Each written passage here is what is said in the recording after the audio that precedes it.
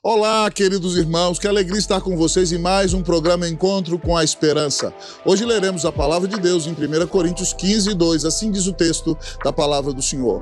Por ele também sois salvos, se retiverdes a palavra tal como vou lá preguei, a menos que tenhais crido em vão.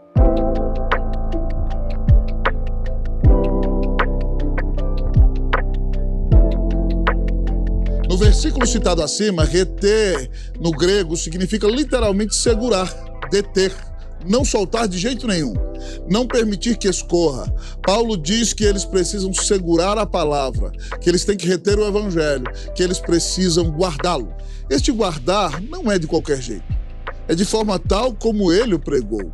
O evangelho não pode ser adulterado, não pode ser açucarado, não pode ser misturado nem adocicado. Há partes no evangelho bem duras e salgadas, e por isso Paulo diz que o evangelho deve ser preservado. A palavra pregar nesse versículo quer dizer tal como foi evangelizado.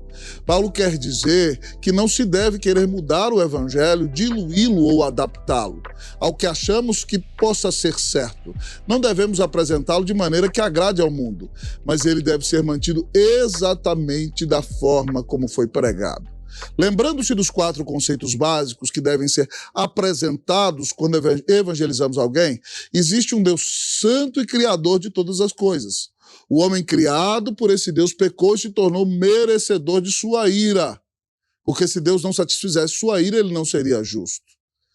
A segunda pessoa da Trindade, Jesus Cristo, se fez homem sem deixar de ser Deus, viveu uma vida de perfeita obediência para conquistar a justiça do seu povo e, em obediência passiva, pagou o nosso pecado na cruz do Calvário. Ressuscitou para vindicar-se como Deus que tem poder sobre a morte.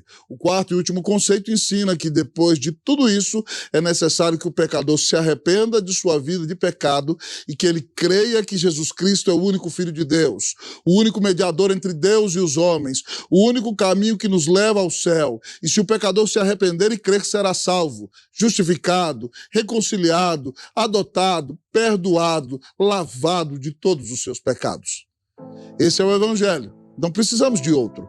Não precisamos adulterá-lo nem açucará-lo. Não precisamos mostrar para o mundo que somos vitoriosos só para chamar a atenção. O que o mundo precisa é do verdadeiro evangelho. O evangelho que salva é o evangelho de Cristo. Isso é tão importante que Paulo, escrevendo aos Gálatas, dá a eles uma reprimenda muito forte. Ele planta as igrejas da Galácia e os judeus recém-convertidos, entre aspas, vêm e dizem que para ser salvo o evangelho não é suficiente. O cristão também tem que circuncidar-se. Paulo se revolta com os Gálatas, escreve a eles uma advertência muito forte, que está em Gálatas 1, 6 a 9, que passo a ler. Admira-me que estejais passando tão depressa daquele que vos chamou na graça de Cristo para outro evangelho, o qual não é outro senão que há alguns que vos perturbam e querem perverter o evangelho de Cristo. Mas ainda que nós, ou mesmo um anjo vindo do céu, vos pregue evangelho que vá além do que vos temos pregado, seja anátema. Assim como já dissemos, e agora repito, se alguém vos prega evangelho que vá além daquele que recebestes, seja anátema. Irmãos, eu fico perplexo com a soberania de Deus, sabe por quê? Porque Paulo disse que ainda que viesse um anjo do céu pregando outro evangelho, ou até ele mesmo, ou outro dos apóstolos, deveria ser considerado maldito. 17 séculos depois, aparece um louco nos Estados Unidos dizendo que um anjo desceu do céu e deu a ele um novo livro, um novo evangelho. E a Bíblia já apresentava esse fato escrito e o que se deve fazer com relação a isso. O que esse texto de Gálatas diz é muito sério. Nós devemos levar o evangelho a sério. Ele precisa ser preservado, guardado e retido. Paulo ficou perplexo com os Gálatas, pois se deixaram seduzir por outra coisa além do evangelho. E ele afirmou que essa era uma perturbação que não vinha de Cristo. Quantas vezes você já quis açucarar o evangelho? O pecador precisa entender que há um Deus santo, que existe céu e inferno, que ele precisa se arrepender dos seus pecados, saber que Jesus morreu na cruz e que só ele pode mudar a vida do pecador. Não podemos esconder nem adulterar o evangelho. O centro da mensagem das Santas Escrituras não é angariar lucros com a teologia da prosperidade. O homem natural quer dinheiro mesmo. Ele dá mais na igreja pensando que vai ganhar mais, mas se ele não se arrepender, ele irá para o inferno, cheio de dinheiro no bolso, porque não creu em Cristo Jesus. Não podemos brincar com esse tipo de coisa. Vemos nos dias de hoje teologia de confissão positiva, em que se declara, ordena e decreta coisas para Deus. Que loucura! Quem faz isso não entendeu nada e não sabe de nada sobre o verdadeiro evangelho. Vemos hoje semipelagianismo, teorias deste mundo, feminismo querendo entrar na igreja, e você que diz que é crente está abraçando tudo que é ismo e deixa de olhar para esse livro lindo, maravilhoso, a Bíblia, a palavra de Deus, que te apresenta quem é Deus, seu caráter e suas bênçãos maravilhosas.